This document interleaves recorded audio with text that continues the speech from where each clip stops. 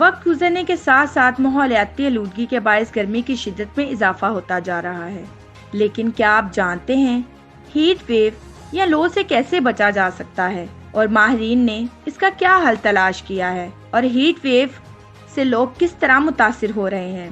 تو آئیے اپنے موضوع کی طرف بڑھتے ہوئے ان سب حقائق پر روشنی ڈالتے ہیں۔ برِ صغیر میں گرمی پڑنا شروع ہو گئی ہے اور بعض علاقوں میں اس کی شدت بہت زیادہ ہے۔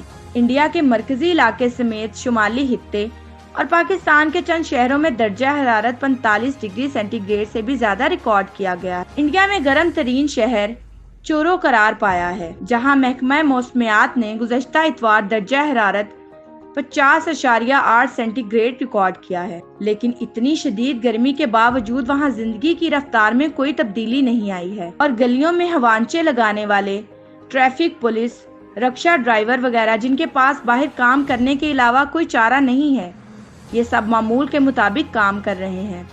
بعض دیہی علاقوں میں مرد اور عورتیں کم از کم اتنا کام کرنے پر مجبور ہیں جس سے ان کو ضرورت کی غذا اور پانی ملتا رہے، یہاں تک کہ جن افراد کے پاس اپنے گھروں کو ٹھنڈا کرنے کا کوئی انتظام نہیں، انہیں گھر کے اندر بھی راحت میسر نہیں تھی۔ اب اس شدید گرمی کے اثرات صاف نظر آ رہے ہیں۔ لو سے واقع ہونے والی اموات کی اطلاعات انڈیا بھر سے آ رہی ہیں، تاہم ان کی تعداد میں تضاد ہے۔ ان میں صرف انسان ہی نہیں بلکہ جانور بھی شامل ہیں۔ ایسی خبریں بھی آئی ہیں کہ آسمان میں پرندے بھی جسم میں پانی کی کمی کی وجہ سے پرواز کرتے کرتے زمین پر گر پڑے۔ اس قسم کے مناظر کم و بیش ہر برس دنیا کے مختلف حصوں میں دیکھے جاتے ہیں۔ حکام عموماً ایسے حالات میں لوگوں کو تاکید کرتے ہیں کہ وہ پانی کا زیادہ استعمال کریں اور باہر نکلتے وقت سورج کی تپش سے محفوظ رہیں، لیکن اب جبکہ دنیا بھر میں شدید گرمی میں اضافہ ہو رہا ہے تو کیا اس سے نپٹنے کے لیے مناسب اقدامات کیے جا سکیں گے؟ خاموش قاتل۔ 2018 میں دنیا بھر کے ممالک میں موسم گرما میں بہت زیادہ درجہ حرارت ریکارڈ کیا گیا۔ ان میں کچھ مقامات پر تو وہاں کی اوج سے زیادہ درجہ حرارت ریکارڈ کیا گیا تھا۔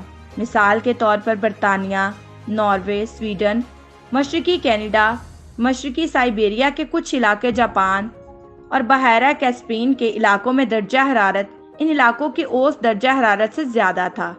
ان میں سے صرف جاپان نے ہزاروں لوگوں کے متاثر ہونے کے بعد گرمی کی اس لہر کو قدرتی آفت قرار دیا تھا۔ تاہم دیگر ممالک میں شدید گرمی ایک خاموش قاتل ہے۔ اگر آپ سیلاب، طوفان یا زلزلے جیسی قدرتی آفت کا شکار ہوں تو اس کا اثر فوری طور پر نظر آتا ہے۔ آسٹریلیا کی نیو ساؤتھ ویلز یونیورسٹی کی موسمیاتی تبدیلی کے علوم کے ماہر سارا پرکن کیرک پیٹرک کہتی ہیں کہ یہ چیزیں بہہ جاتی ہیں، لوگ ڈوب جاتے ہیں، لیکن گرمی کی لہر یا لو ایک خاموش قاتل بن جاتی ہے۔ ماہرین کا کہنا ہے کہ یہ حالت گرم اور غریب خطوں میں تو اس سے بھی بدتر ہے۔ طلبہ میں گرمی کے برے اثرات پر تحقیقی کتاب لکھنے والے مصنف جسنگ پارک کہتے ہیں کہ اب ہر برس امیر ممالک میں بھی ہزاروں کی تعداد میں لوگ گرمی کی شدت سے ہلاک ہو رہے ہیں۔ ماضی میں یورپ اور امریکہ جیسے ممالک میں بھی گرمی کی لہروں سے کئی ہلاکتیں ہوئی ہیں، لیکن ہلاکتوں کی تعداد غریب ممالک میں کئی گنا زیادہ ریکارڈ کی گئی ہے۔ ایسا ہی انڈیا اور پاکستان جیسے ممالک میں ہو رہا ہے، جہاں لو کا چلنا ایک معمول ہے۔ حکام کا دعویٰ ہے کہ وہ لو کی وجہ سے ہونے والی ہلاکتوں کی تعداد کو کم کرنے میں کامیاب ہوئے ہیں، لیکن ان کے دعوے پر کوئی یقین نہیں کرتا ہے۔ امریکی تحقیقی ادارے رینڈ کے گلریس شاہ ازر کا کہنا ہے کہ اگلی چند دہائیوں میں اگر صنعتوں سے گرم ہواؤں کا اخراج جاری رہتا ہے تو جنوبی ایشیا میں گرمی کی لہر میں اس حد تک اضافے کا امکان ہے جو کہ انسان کے برداشت سے کافی زیادہ ہوگی۔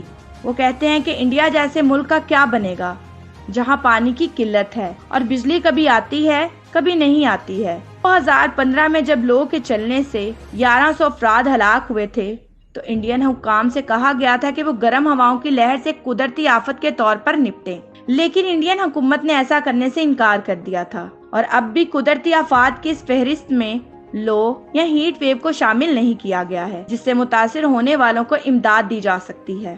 لو کے متاثرین۔ اس وقت کئی اور ممالک میں بھی لو کو قدرتی آفت نہیں قرار دیا جاتا ہے۔ یہ ایک ہوا کی طرح چلتی ہے اور اس کی تباہی زیادہ نظر نہیں آتی۔ جسنگ کا کہنا ہے کہ اس کو ایک سنجیدہ مسئلہ نہ لینے کی وجہ معاشرے کے مختلف طبقات میں تفاوت بھی ہو سکتی ہے۔ اگر آپ کے گھر میں یا آپ کی گاڑی میں ایئر کنڈیشنر لگا ہوا ہے تو شاید آپ دل میں اس خطرناک لو کے متاثرین سے زیادہ ہمدردی پیدا نہ ہو۔ کئی تحقیقی مقالوں میں کہا گیا ہے کہ گرمی کی ایسی لہر جسمانی صحت کے لیے اور دیگر معاملات کے لیے شدید مسائل پیدا کر سکتی ہے۔ لو کی وجہ سے طلبہ کی سیکھنے کی صلاحیت متاثر ہوتی ہے، دفتروں کے ملازمین کی کام کرنے کی صلاحیت متاثر ہوتی ہے اور بچے پیدا کرنے کی صلاحیت بھی متاثر ہو سکتی ہے۔ غریب اور پسماندہ طبقے کے لوگوں کو اپنے حالات سے نپٹنے کے لیے بے یار و مددگار چھوڑ دیا جاتا ہے۔ گلریز شاہ اظہر کہتے ہیں کہ ایسی گرم ہواؤں کے متاثرین معاشرے کے کمزور طبقات سے تعلق رکھتے ہیں، بوڑھے، بے گھر، وہ جن کے پاس ایئر کنڈیشنر نہیں ہوتا ہے، جو ہمیں پہلے ہی نظر نہیں آتے ہیں۔ اس کے علاوہ اموات کو گننا بھی ایک مسئلہ ہے۔ گلریز اپنی بات کو ثابت کرنے کے لیے ماریا طوفان کی مثال دیتے ہیں، جو 2017 میں ستمبر کے مہینے میں پیورٹو ریکو کے جزیرے سے ٹکرایا تھا۔ اس طوفان کی تباہی کے کچھ عرصے بعد حکومت نے تسلیم کیا کہ 1400 سے زیادہ افراد ہلاک ہوئے تھے۔ یہ تعداد پہلے کی سرکاری تعداد سے 20 گنا زیادہ تھی۔ ان ہلاکتوں میں وہ بھی لوگ شامل تھے جو جراثیموں کی وجہ سے ہلاک ہوئے، علاج کی سہولتیں نہ ہونے سے مرے، اور وہ بھی جنہوں نے خودکشیاں کی۔ گلریز شاہ کا کہنا ہے کہ جب لو چلتی ہے تو صرف انہی اموات کو گنا جاتا ہے جو براہ راست گرم ہواؤں کی وجہ سے ہوتی ہیں۔ اس گنتی سے تباہی کی صحیح تصویر نظر نہیں آتی ہے۔ اگر کوئی بوڑھا شخص کسی دل کے مرض کی وجہ سے گرمی میں ہلاک ہو جاتا ہے تو سرکاری اعداد و شمار میں ایسے عموماً دل کے مرض سے ہلاک ہونے والے اشخاص کی فہرست میں درج کیا جائے گا، حالانکہ بہت ممکن ہے کہ اس کی موت کی وجہ گرم ہوا بنی ہو۔ اس کا کہنا ہے کہ بہرحال اس کا انحصار اس بات پر ہے کہ ہم اموات کو کس طرح گنتے ہیں۔ یہی وجہ ہے کہ 2003 میں گرمی کی لہر سے یورپ میں ہونے والی ہلاکتوں کی تعداد کے بارے میں اب بھی ایک تنازع ہے۔ ایک اندازے کے مطابق 30,000 افراد ہلاک ہوئے تھے، جبکہ کچھ دیگر اندازوں کے مطابق 70,000 افراد موت کا شکار ہوئے تھے۔ موسمیاتی تبدیلی کے مطابق طرز زندگی بدلنا لو کے خطرات سے بچنے کے لیے ایئر کنڈیشنر کا استعمال تو سب کے علم میں ہے۔ سنگاپور کے سابق وزیر اعظم لی کوان یو نے ایک مرتبہ کہا تھا کہ ایئر کنڈیشنر کا ان کے ملک کی اقتصادی ترقی میں اہم کردار ہے۔ ایئر کنڈیشنر انسانی تاریخ کی ایک کلیدی ایجاد ہے، اس کے بغیر گرم مرطوب علاقوں میں ترقی ناممکن ہوتی۔ وزیر اعظم بننے کے بعد جو چیز میں نے سب سے پہلے کی تھی وہ یہ تھی کہ جن عمارتوں میں دفتری کام ہوتے تھے ان میں ایئر کنڈیشنرز لگوائے۔ لیکن اس میں ایک کڑوی حقیقت بھی ہے، وہ یہ کہ آپ عمارتوں کو اندر سے ٹھنڈا کرنے کے لیے عمارتوں کے باہر گرمی پیدا کرتے ہیں۔ پھر ایئر کنڈیشنر چلانے کے لیے جو بجلی استعمال ہوتی ہے وہ بھی گیس یا کوئلہ جلانے سے بنتی ہے۔ پھر ایئر کنڈیشنر چلانے میں جو سردی پیدا کرنے والی گیس استعمال کی جاتی ہے کوولنٹ، وہ لیک ہونے کی صورت میں ماحول کے لیے سخت نقصان دہ ہوتی ہے۔ سائنسدان او ٹی کمپنیز اب زیادہ مؤثر اور زیادہ بہتر قسم کے ایئر کنڈیشنرز بنانے کی کوششیں کر رہی ہیں۔ اس دوران کئی ممالک نقصان دہ اور زہریلی گیسوں کو کم کرنے کے اقدامات لے رہے ہیں۔ اب گھر گھر جا کر لوگوں کو چیک کر رہے ہیں، وقت پر خطرے سے آگاہ کر رہے ہیں، چھتوں پر سفید رنگ لگا رہے ہیں، یہاں تک کہ عمارتوں کا میٹیریل بھی بدل رہے ہیں۔ میں امید کرتی ہوں کہ میرے ناظرین کے لیے میری آج کی ویڈیو بہت ہی دلچسپ اور معلوماتی رہی ہوگی، اور اگر آپ چاہتے ہیں کہ ہم ایسے ہی آپ کے ساتھ اہم موضوع شیئر کرتے رہیں تو ہمارے چینل کو لائک، شیئر اور سبسکرائب کرنا مت بھولیں، اور بیل آئیکن کا بٹن ضرور پریس کریں تاکہ ہر نئی ویڈیو کا نوٹیفیکیشن آپ کو آپ کی اسکرین پر ملے۔ اب میں آپ سے اجازت چاہوں گی۔ شکریہ، اللہ حافظ۔